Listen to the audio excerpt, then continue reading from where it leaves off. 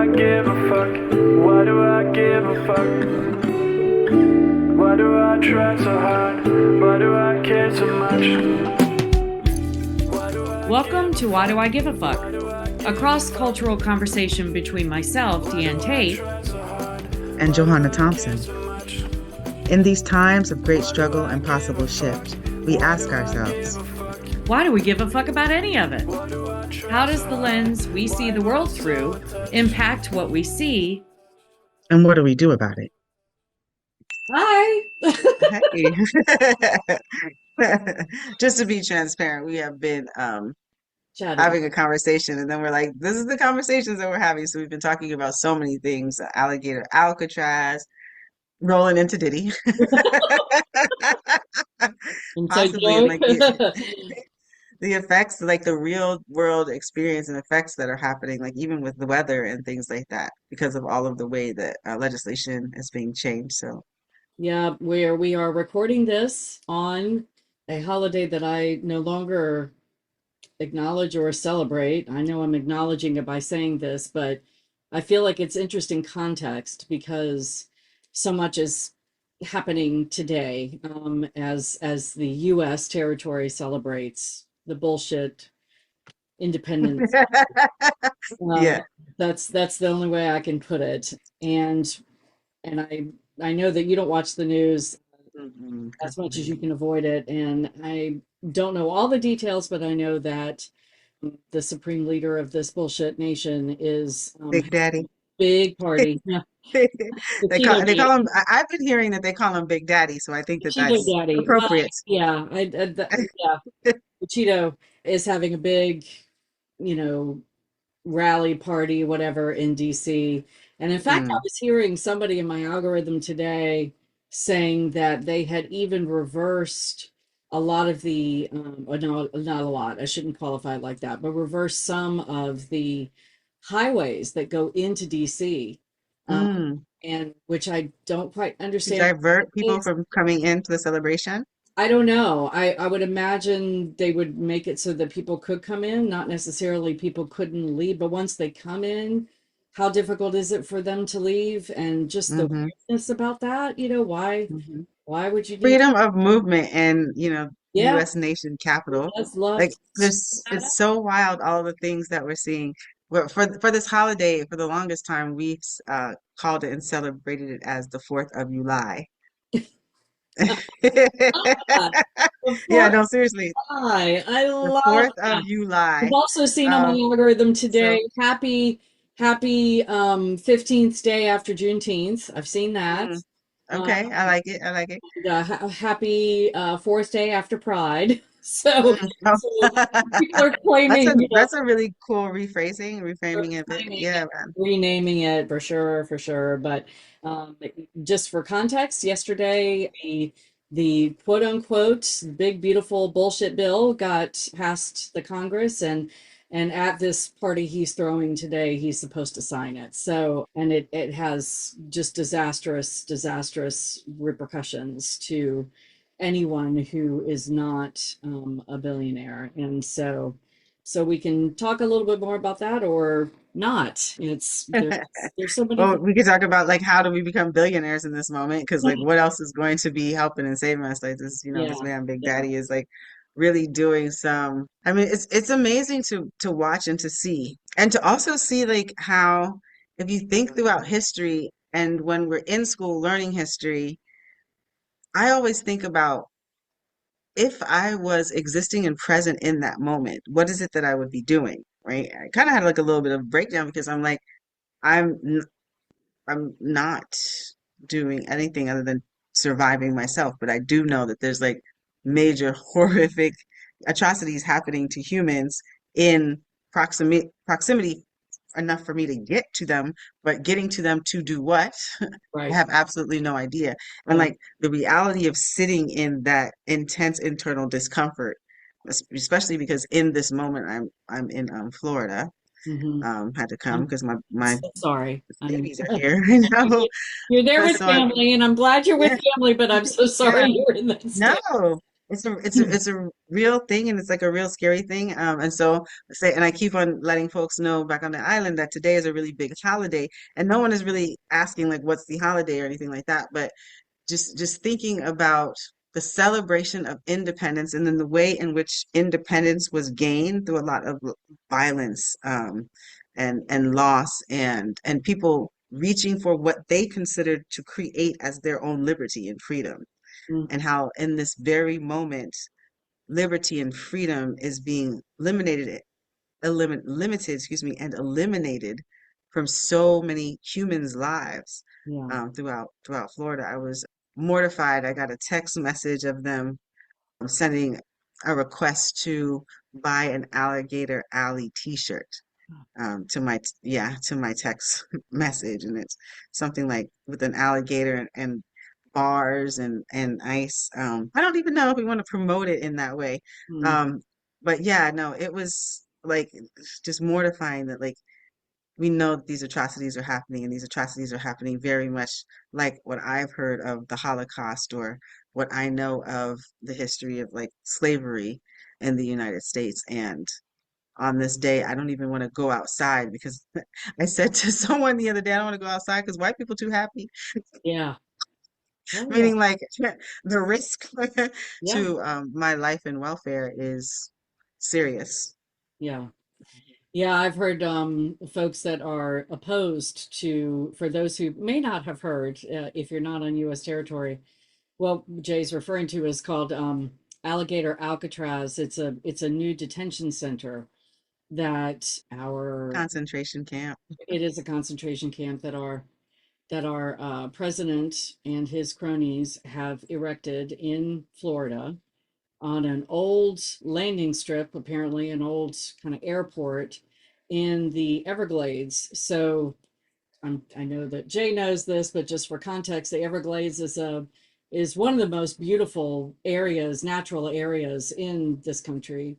Lots of swampland and cypress trees and everything that comes to mind when you think about being in a deep swamp. That is the Everglades. Exactly. And beautiful, but lots of Mhm. alligators, lots of snakes, lots of it for humans, it can be a very inhospitable space to be in. And Mhm. it is protected. It has been protected in the past, and so this is the place that Trump has chosen to erect this concentration camp for immigrants, migrants, folks that are actually U.S. citizens that he deems as necessary to deport. I think it can hold right now. They just opened it, and the first round of people have been transported to the detention center. There's only one road in, and then the reason they're calling it Alcatraz, it's referencing a prison that's off of San Okay. Francisco, which was erected I don't even know how many decades ago, and the point was that they didn't need a lot of guards or any kind of they had security but not a lot of it because anybody that tried to escape wouldn't be able to survive the cold, the frigid waters of surrounding the island. And so this is a similar concept, that he would erect this in the middle of the Everglades, where if anyone wants to leave, because there's only one road in and one road out, if you wanted to escape and try your hand at surviving the swamp, it's just disgusting, the memes and the cheers and the pleasure that the people that voted for this and wanted this to come into effect are feeling at the idea that humans, first of all, who don't deserve to be there in the first place, but then if they do try to escape, the horrors that they could endure. So I've read that it can hold 3,000 humans now, but that 5,000 is eventually where they're going to go. But I wouldn't put it past them to not care how many humans they're piling on top of each other. And besides the fact that it's in Florida, where June 1st starts hurricane season, and I'm hearing reports that the facility is already flooding just based on rain. You had mentioned that you guys are having a lot of rain in South Florida right now. Yeah. So, for a multitude of reasons, it's disgusting. And a lot of people are calling it alligator Auschwitz is one of the new terms and names that Hmm. they're calling it. So, um, it's yeah, it is just another cog in the wheel of what's happening, and that people are being rounded up that are U.S. citizens, that are here legally, that have gone through the process, that have acquired their citizenship through all of the hoops that they had to jump through, and Money that they had to pay, money that not they just had to hoops, pay, tests that but they had to money upon time, dollars that is really hard for people dollars, yes, um, to um, acquire. and and have been functioning as full citizens of this country, are getting snatched up because of the way they look, Hmm. because of the what their name is, and it doesn't matter if they Hmm. have their papers, which everyone is carrying now, if they do have them, and so. Hmm. It's a pretty messed up day to be in the United States with this holiday, the 4th of Hmm. July. I love that. That is, Hmm. There you go. It's a good. Yeah, I get an eerie feeling down my spine because I do think of like the when we're talking about being in the Everglades and it really being swampland, and yes, being beautiful, but there's this kind of like it and on one hand it's beautiful, but like it's very harsh. very hard. And there is a demographic of humans. There are the indigenous folks that are still out there that live in the swamplands, and they know how to manage that type of environment. But I also think about like the history of the swamplands and like the alligator alleyway walkways, and how so much death happened along that area. Like even when they were building like the road, cars and or things that are transporting through there, because the marsh is unstable. It's a marshland. Yeah. And so like car crashes and slides and how things like come over really, really heavy, deep, thick air Hmm. is out there. So not having any type of ventilation of air and Yeah. being in, I understand is they've created these tents. So I'm really curious. Oh gosh, and the mosquitoes. Like, and if you're not being able to handle that. So that being said, there's always been folks that have been put in these type of environments who have learned how to survive and support and help people through. Yep. And so I'm going to be very excited to hear those stories. Again, I'm sitting in a place of real discomfort because I don't know what it is that I can do.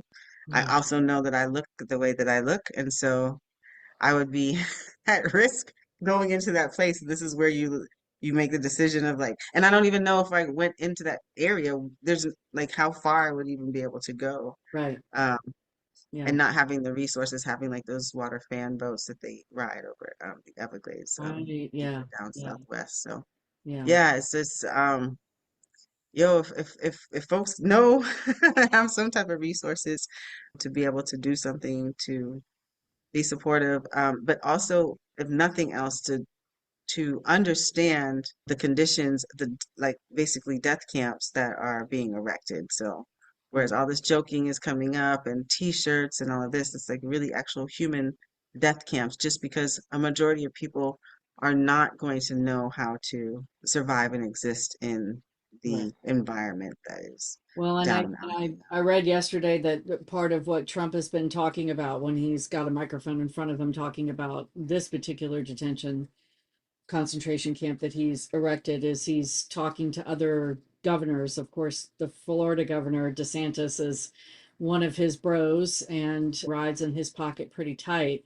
But I've heard that Trump is encouraging other governors of other states to erect these Correct, son. concentration camps. So we're not Of course. far from that, which, a lot of people have known for a long time, but some folks that are listening to us might have heard this just now, as far as the fact that this also, well, it started a long time ago, but the cop cities that you may Mhm. have heard about, I think was an escalation of this concept of Which is the political project that we have been watching happening in Palestine, which yes, is what we've always been redirecting to. Is we know that the United States funds IDF, but then we know that the tactics and strategies of human control that the IDF has been working as a political project in Palestine is what they have begun to create as infrastructure in the United States and fund yeah, like out of, our tax dollars. So for those of us who are being taxed really high because we are on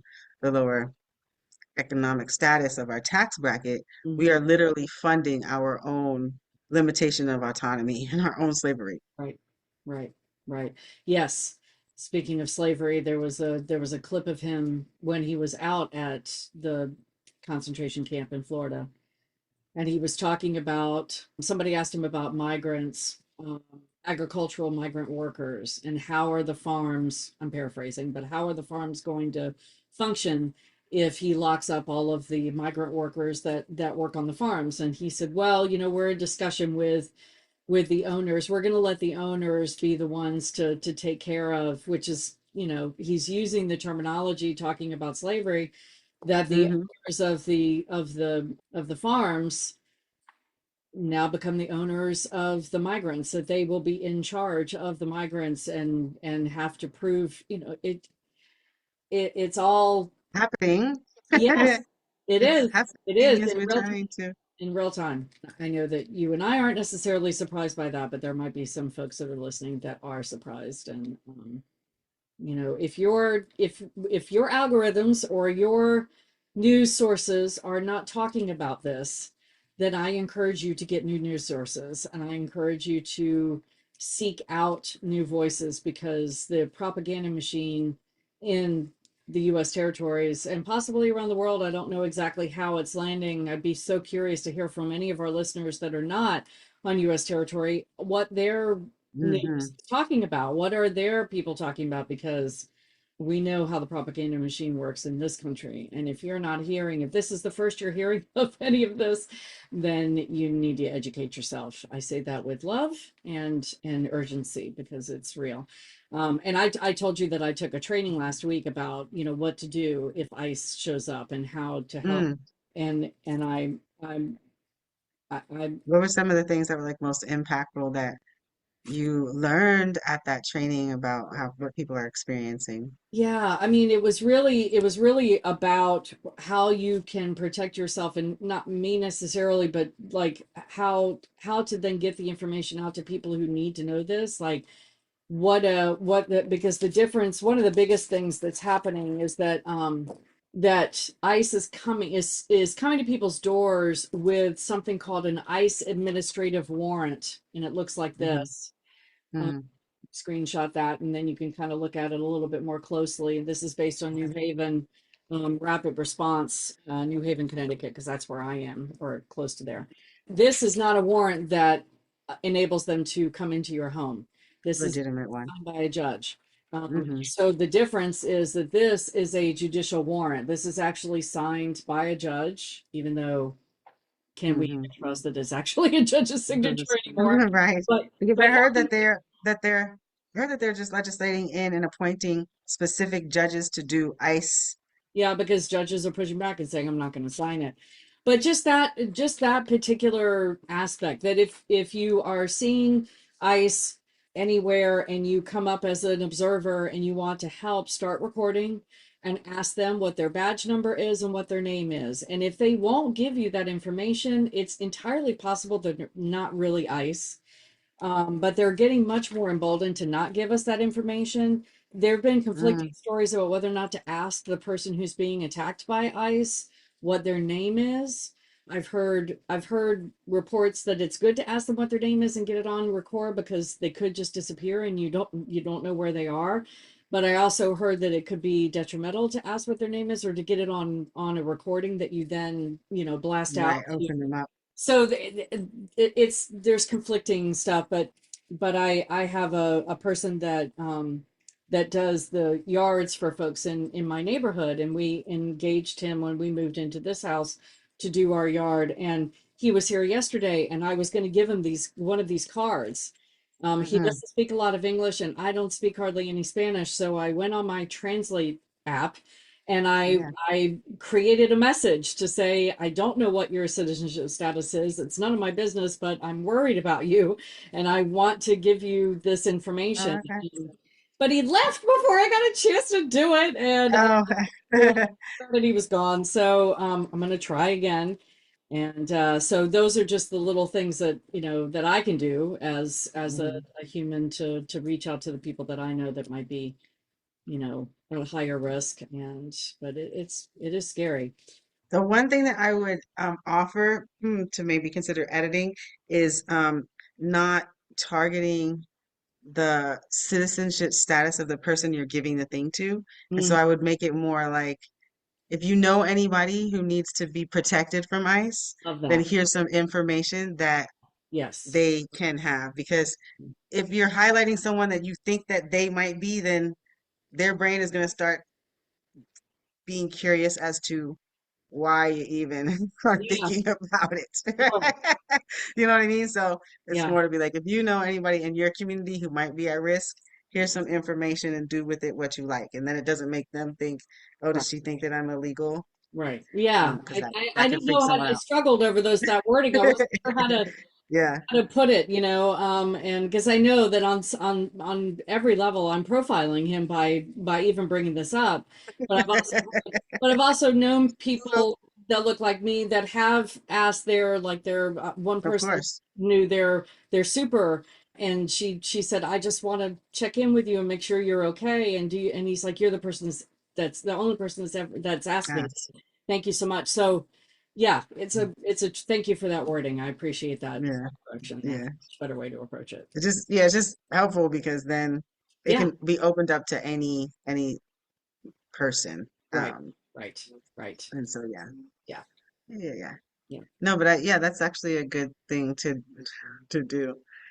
Everybody here in Miami is a migrant, I know. literally, either being, from European, from Russia area, Asian folks, Miami is a very yeah, and Caribbeans, you know I what I know you mean? haven't been All through venturing South into, Americans. but So it's just like one person asking another is literally ridiculous in Miami in particular. Now, maybe if you go up a little bit to Fort Lauderdale, then you start, but in Miami in particular, I can't even imagine anyone asking the next person because everybody is yeah.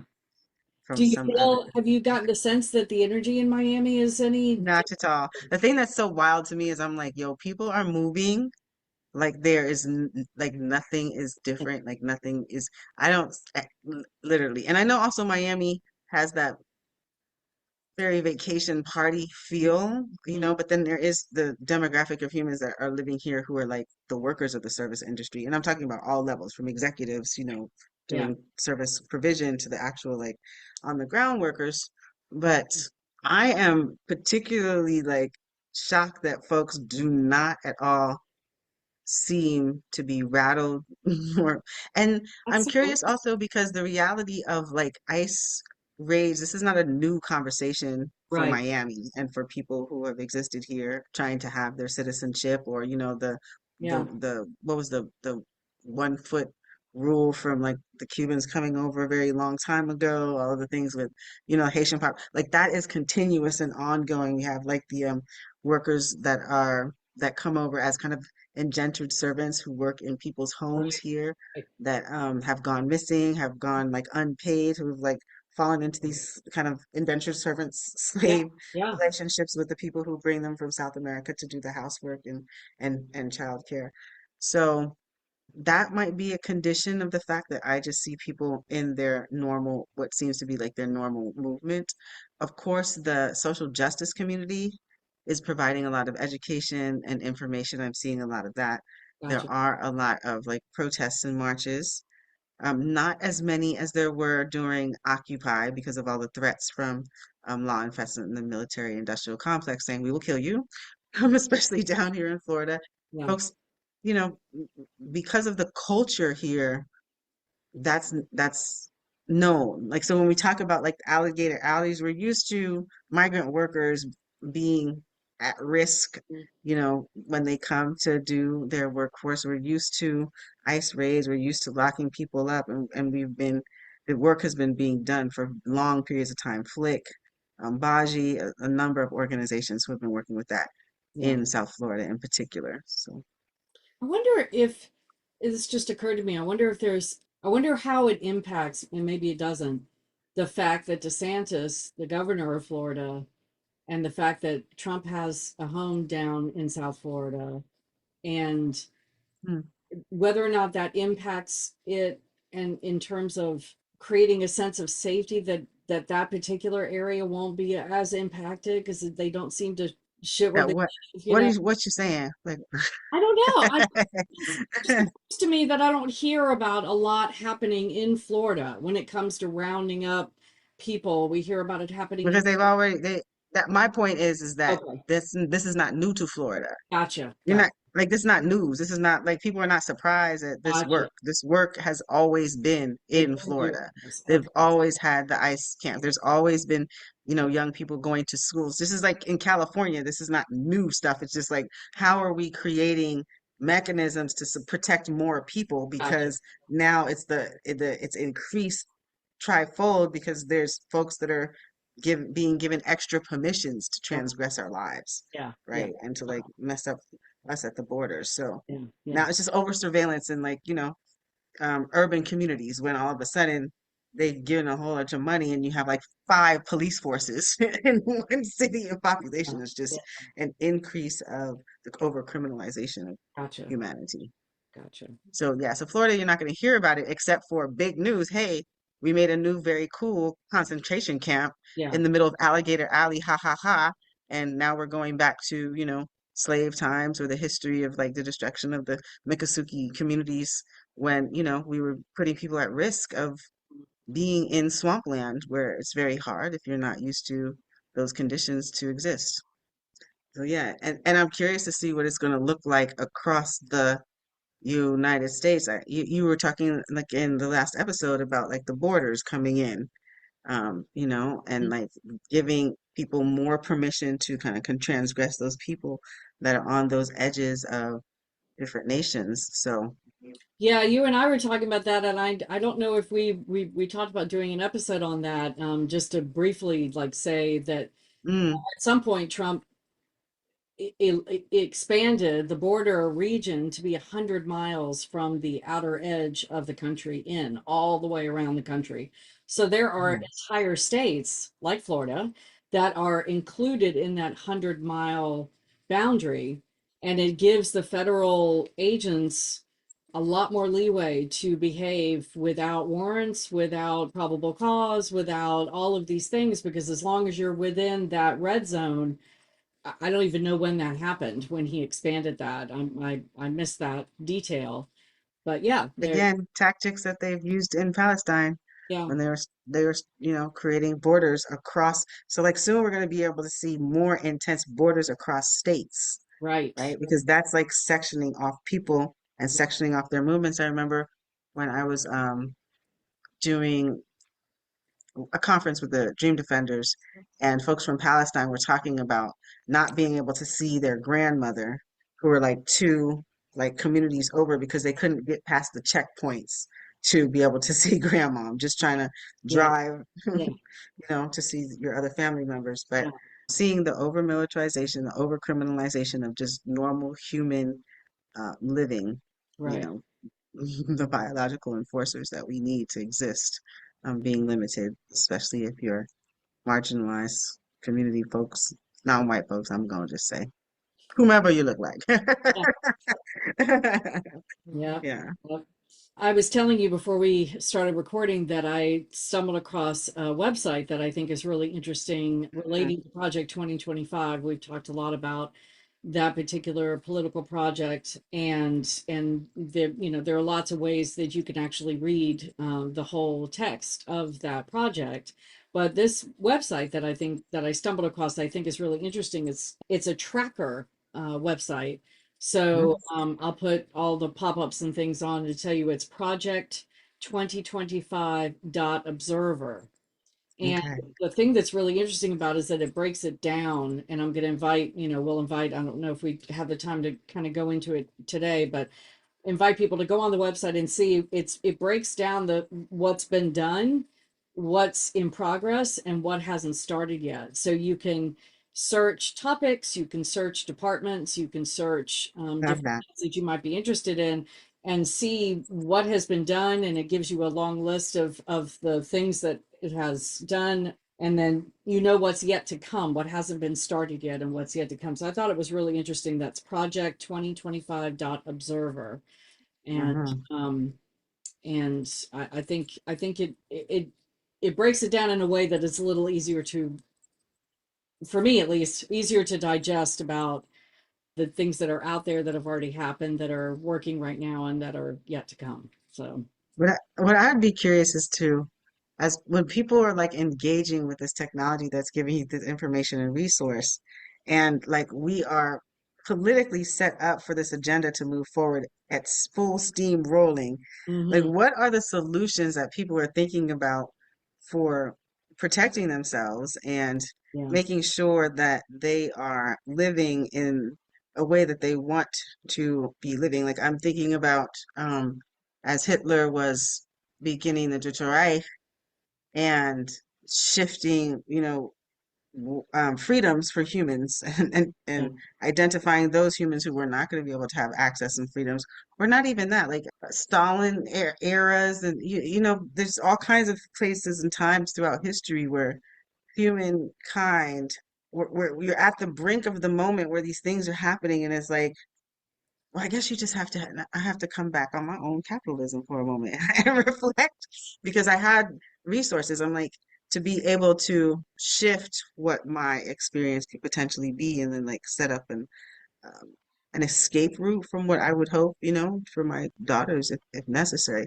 And that's me saying, kind of expatriating out of the US. I'm one foot in and one foot out because I am in South Florida at this moment, but like, establishing myself to be able to live in a different nation to be safe. But then there's so many folks that do not have the resource to do that, nor do they have the foresight to be thinking about a plan to be doing that. And so I'm well, just really curious as to like how like the realities of how folks fall into these situations where we see folks on the news and war has broken out in their country and they're trying to escape on planes, and we're like, look at, why didn't these people plan? But when as it's happening and you're not prepared for what is happening, right. that's a real human crisis. Well, and for anyone on U.S. territory, I mean, the last, and it may have changed, I haven't Googled it since, but the last percentage that I saw of US folks who had actually had a passport was less than 25%. Oh Uh, wow. And see, you don't even think about that when you're in so, privilege. yeah, Hmm. privilege, sense of just the expense that it takes to even to try Hmm. to leave this country, especially, Yeah. if you're like, if I'm on the East Coast, if I wanted to go, off of someplace over after the West Coast, it takes, you know, enormous amounts of money to get all the way over on that side of the coast and then to go further to get out of this country. So it just feels, I think for a lot of folks, it just feels so unattainable and Hmm. unaccessible. And I'd be curious. I'll do some research to try to see if I can get updated numbers, but I would be curious to know if more people have been, especially since he got voted in again, if more people have been getting their passports and been preparing for that Mm. possibility to exit. But we also know that they're rescinding and changing people's, especially if they identify as trans, Visas.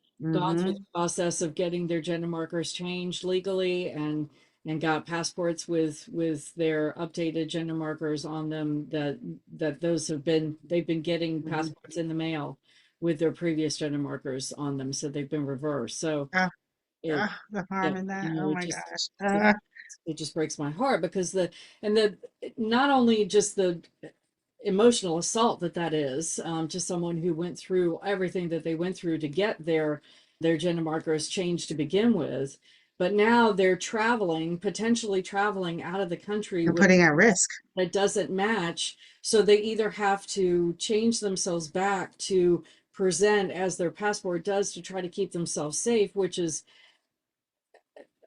Mortifying and of horrible. horrible, Hmm. horrible. So dehumanizing. Yeah. Yeah, completely dehumanizing. And so yeah, it is a leaving this country has been I think has been, one of those indoctrination pieces that over so many generations, we've been taught, and I'll say we, about people that look like me. I don't know if I'm sure the teachings are different depending on who's the recipient of the teaching, but taught that this is the best country ever, and that why would you ever leave? Absolutely. And and why would you it's so far away, why would you want to go somewhere else? Why would maybe you go to someplace to visit, but it's a once in a lifetime thing because you have to save up, because over the years the economics has been so ridiculous that people can't even save up to take a trip like this that's ridiculously Yeah. expensive to do. And so that's all part of that breeding of Nationalism. yeah That is like, that indoctrination. is, yeah. And I don't think that that is, I mean, nationalism, regardless of where you fall on your ethnic, you know, you're still going to get the same messaging because that's the political project that they're doing with public education right now. They're saying Yeah. this is what we are going to teach about this place. We learned, the forefathers, the greatest nation, the Oh yeah. manifest destiny, all of like we come from, and so that ideology Think you of the take free with and you when you do travel. yeah, Like you have a U.S. citizen, an Americanized like kind of sense of privilege right, about your everything being better, your everything being more accessible, right, coming more quickly, the better products. And right, that is not the truth, but you believe it because that is how you've been indoctrinated to right. understand your nationalism. Yeah, yeah.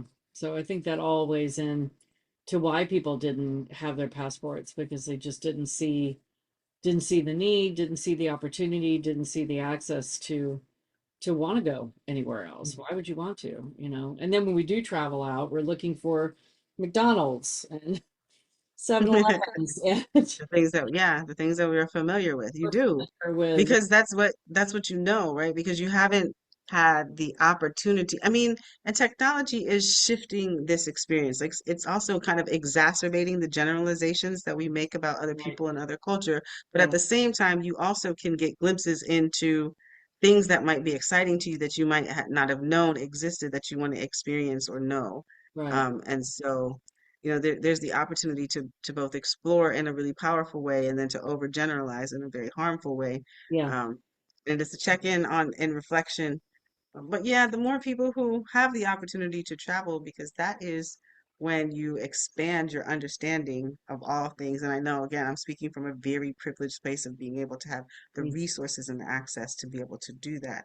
But it's critical. I know back in the day we used to have pen pals and stuff like that, just to be able to have a global connection Have with people from yeah, other places and other culture. And that was when we used to write. That art is lost, or it's done differently. Let me not say it's lost. I don't want to be negative, but it's done differently. yeah, Yeah. done very differently. Yeah. Mhm. Well, thank you for spending some time with me on this Sure. 4th of July. And 4th of July, yeah, Alligator Alcatraz is dehumanizing human beings, what the United States have been doing since its founding and erection. yeah, yeah, Because it was yeah. Turtle Island before. It was a land of, I don't even know the full history, but it's a land of people existing before Yeah. the United States created its legacy. No one is illegal on stolen land. That's That's tough.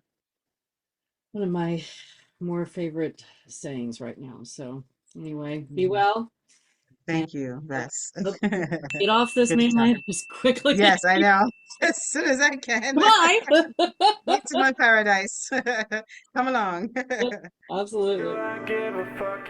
Why do Thanks for I joining give a us. fuck? Until next time, Why as you do I move try throughout so your day, hard? Why am I continue to so ask yourself, attached? Why do I give a Why Do I fuck? Give a Fuck is produced in collaboration with Johanna and Diane. Music by Norwegian musician Water. See you next time. Why do I